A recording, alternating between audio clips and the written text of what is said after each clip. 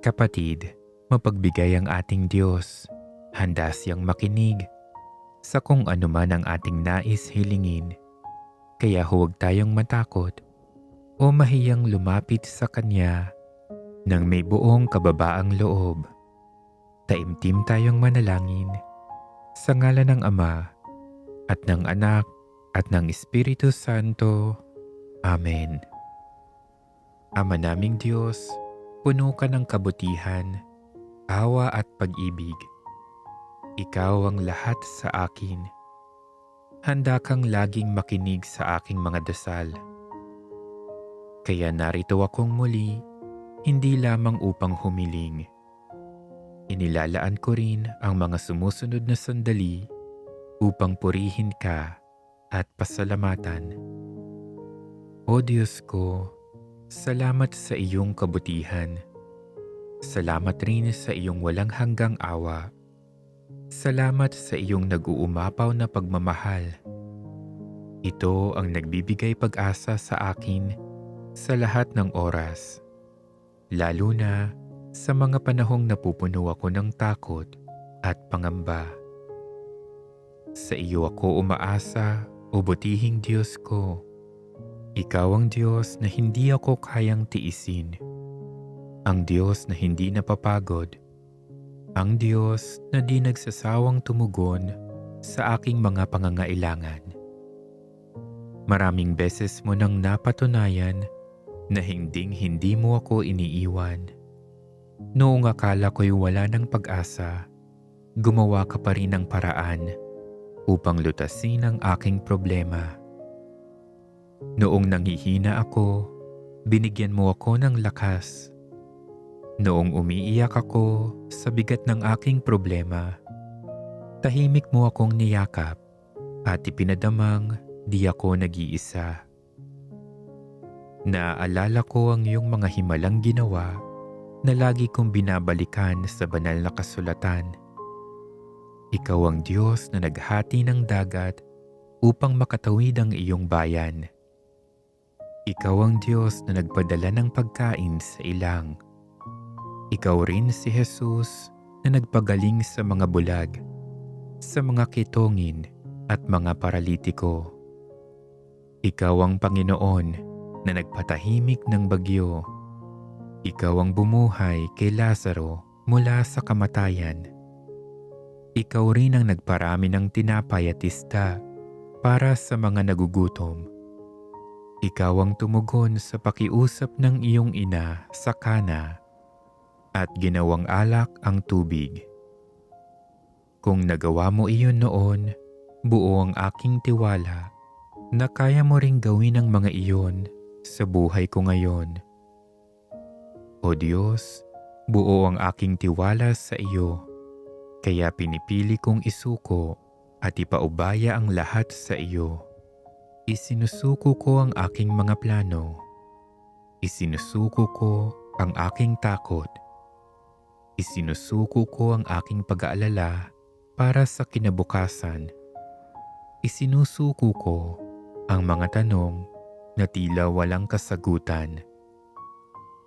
Isinusuko ko ang pagpupumilit at nakahanda ako ngayong maghintay ng tama at naaayong paraan at oras kung kailan mo sasagutin ang aking mga panalangin. Turuan mo akong maging panatag sa iyong piling. Turuan mo akong magpaubaya. Ikaw na, O Diyos, ang bahala. Kaya ngayon, buong kababaang loob kong inilalapit sa iyo ang aking mga natatanging kahilingan.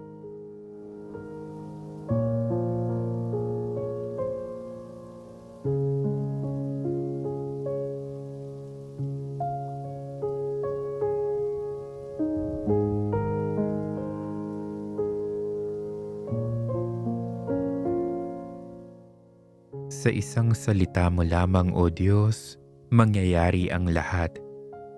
Sa iyong hudyat, O Diyos, nagiging posible ang anumang tila imposible. Sa iyong kapangyarihan, O Diyos, wala nang masihigit pa.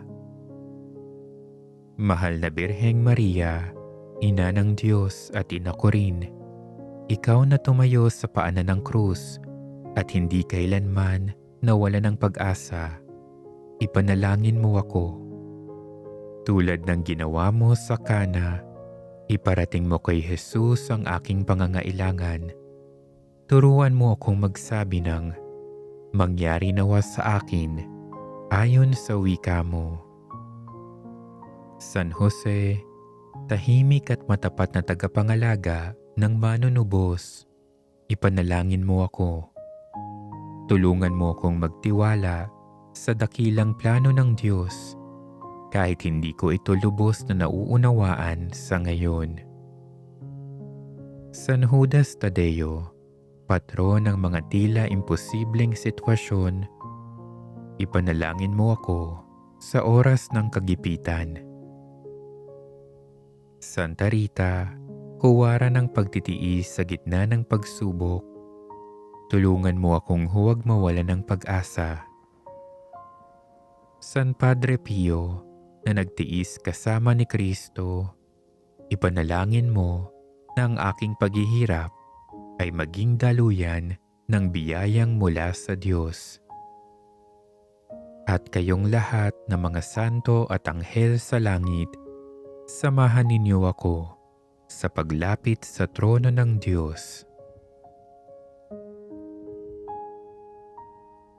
O butihing Diyos, hindi lang sarili ko ang inilalapit ko sa iyo ngayon. Iniaalay ko rin sa iyo ang aking pamilya. Basbasan mo sila at ingatan laban sa anumang kapahamakan. Pagalingin mo ang kanilang mga sakit na pisikal o emosyonal. Ayusin mo ang anumang hindi naming pagkakaunawaan. Punuin mo ang aming tahanan ng pag-ibig at pagpapatawad. Ipinapanalangin ko rin ang aking mga kaibigan. Alam mo ang kanilang pinagdaraanan. Panginoon, inaalala ko rin ang mga humiling ng aking panalangin. Kilala mo sila isa-isa. Alam mo ang kanilang mga nais, pangangailangan at lihim na dalangin. Sagutin mo sila ayon sa iyong kalooban. Ama, kung kalooban mo, gumawa ka muli ng himala sa buhay ko. Patahimikin mo ang bagyo sa puso ko. Paramihin mo ang kakaunti kong lakas at kakayahan. Buhayin mo ang mga pangarap na tila patay na. Buksan mo ang mga saradong pinto sa aking buhay kung iyon ang makabubuti sa akin. Ngunit higit sa lahat, ibigay mo ang iyong presensya at pagmamahal sa akin. Pinipili kong magtiwala sa iyo. Alam kong hindi mo ko pababayaan. Alam kong iniisip mo ang aking ikabubuti. Alam kong ang iyong mga plano ay para sa aking kapakanan. O Diyos, salamat sa iyong walang sawang pakikinig. Salamat sa iyong walang hanggang pagmamahal.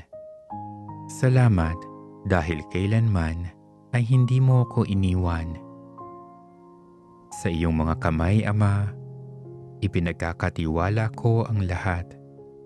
Ang aking kahilingan, ang aking pamilya, ang aking kinabukasan, ang aking buong buhay.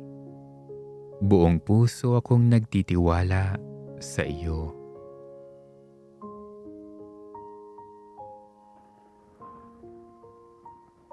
Taimtim tayong manalangin. O Panginoong Hesukristo, nagpapakumbabang lumalapit at naninikluhod kami sa iyo, lalo sa panahong itong kailangang ka namin. Sinabi mo sa amin, anuman ang hiling nyo sa aking pangalan, ay gagawin ko upang maparangalan ng Ama sa pamamagitan ko na kanyang anak. Kaya naman aming Panginoon, buo ang aming pananampalataya na ipagkakaloob mo ang anumang hilingin namin sa ngalan mo. Tingnan mo ang mga minimithi ng aming mga puso at pakinggan mo rin ang aming mga daing na itinataas namin at ipinagkakatiwala sa iyo ngayon.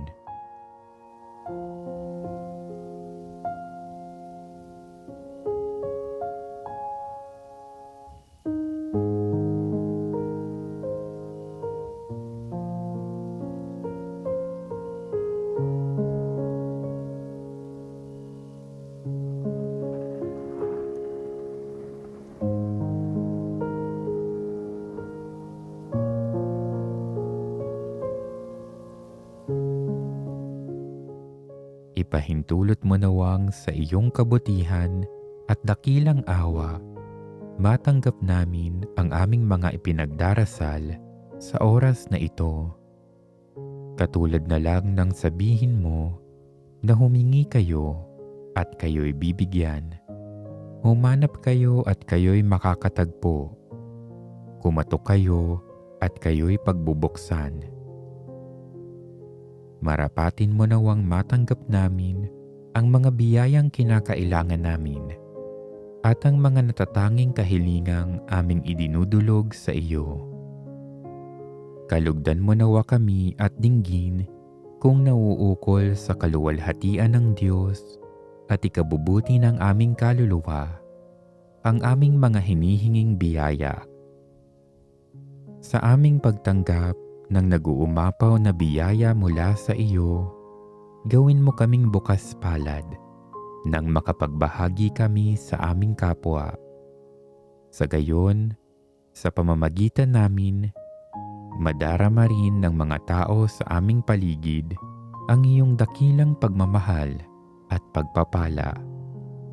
Sa huli, biyayaan mo kami ng bukas na puso at pag-iisip upang tanggapin ang iyong banal na kalooban. Panghawakan at maisapuso nawa ang iyong mga salita, o aming Panginoon, tulad ng iyong sinabi. Alam ko kung paano ko tutuparin ang mga plano ko para sa kabutihan niyo at hindi sa kasamaan niyo, at plano para bigyan kayo ng pag-asa na magkaroon kayo ng mabuting kinabukasan. O Panginoon, Ikaw ang aming Diyos at tagapagligtas. Manatili ka sa aming piling at pakinggan mo ang mithiin ng iyong mga minamahal na nagpapakumbabang lumalapit sa iyo.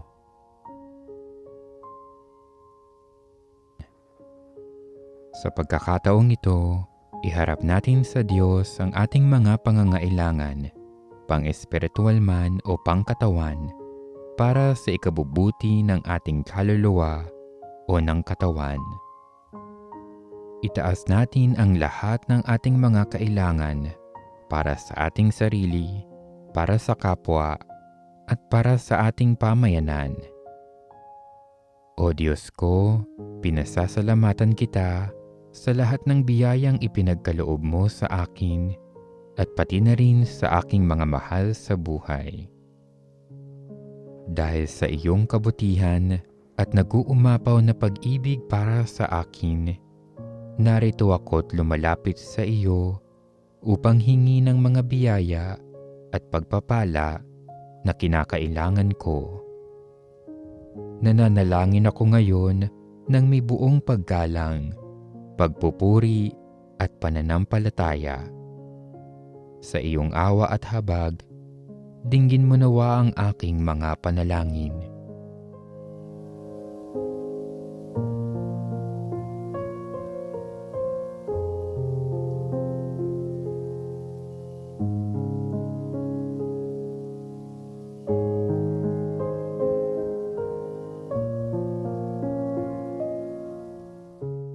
Dumadalangin ako, mahal kong Jesus, para sa aking mga mahal sa buhay, kamag-anak at kaibigan, sa mga nagdarasal para sa akin, at gayon din sa mga humihiling ng aking panalangin.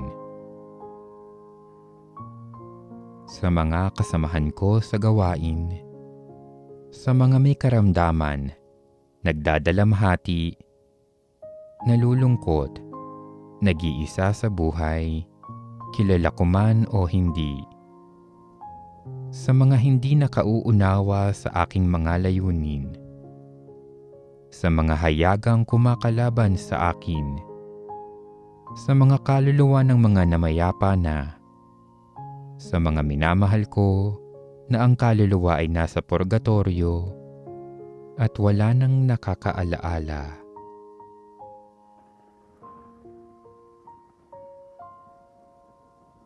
Mahal kong Jesus, buong kapakumbabaan kong hinihiling ang isang malalim na pananampalataya, matibay na pag-asa at maalab na pag-ibig sa iyo. Hinihiling ko ito sa pamamagitan ng aming masintahing Inang Maria. Ang biyaya ng pagtitiis hanggang kamatayan at ang biyaya ng isang pinagpalang kamatayan sa piling mo, pinakamamahal kong Panginoon.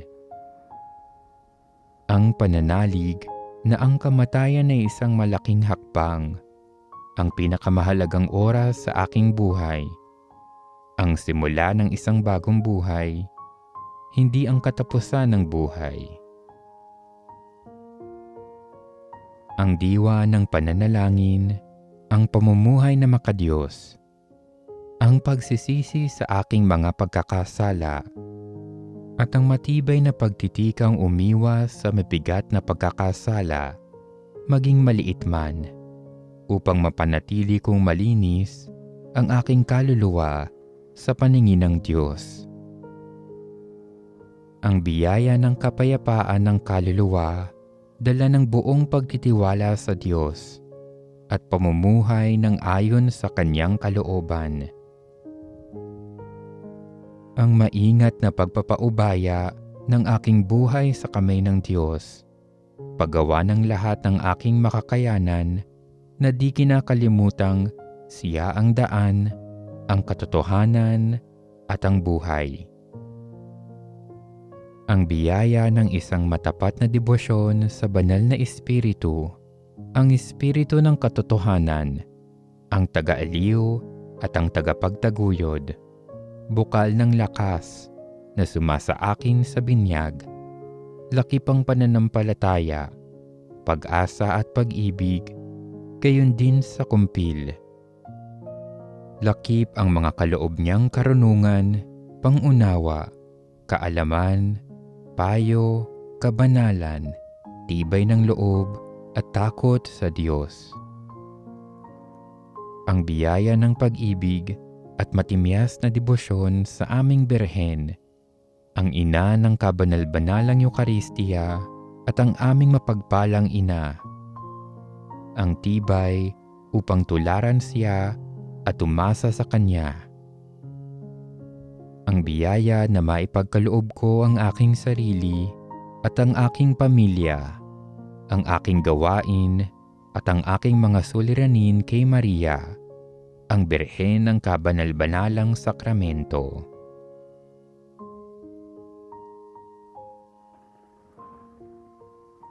O Diyos ko, sa iyong nag-uumapaw na kabutihan, patuloy akong tumatawag sa iyo para sa kapayapaan sa aking puso, sa aking tahanan, sa simbahan at sa buong mundo.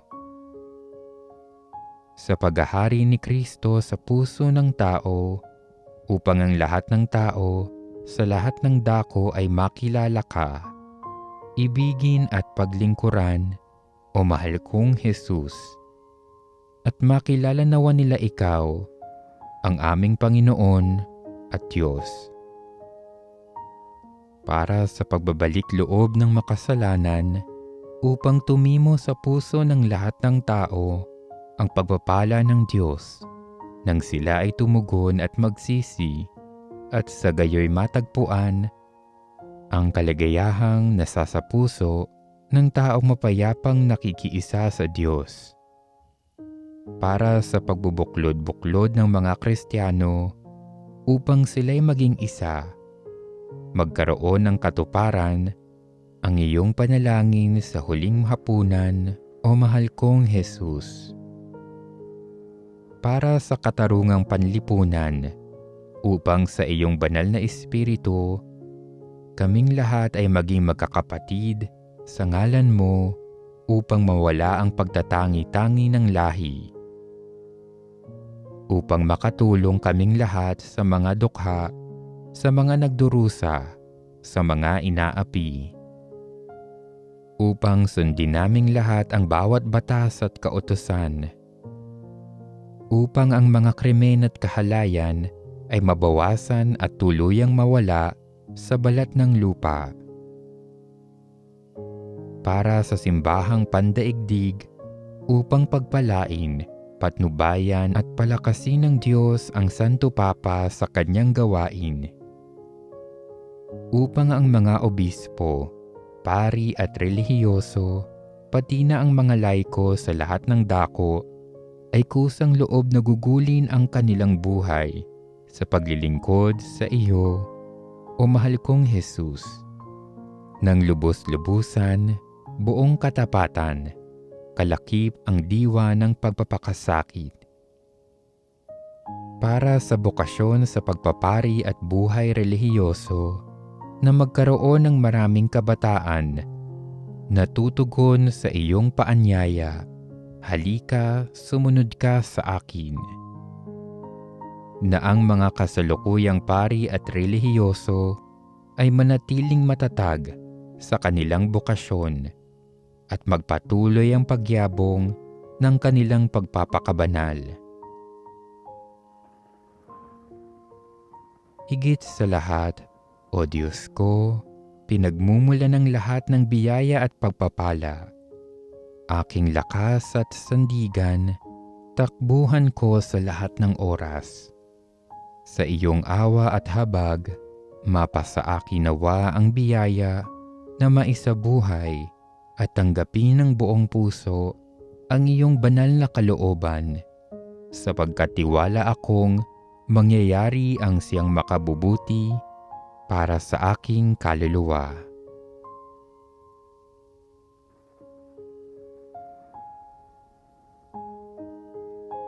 Ama namin, sumasalangit ka, sambahin ang ngalan mo.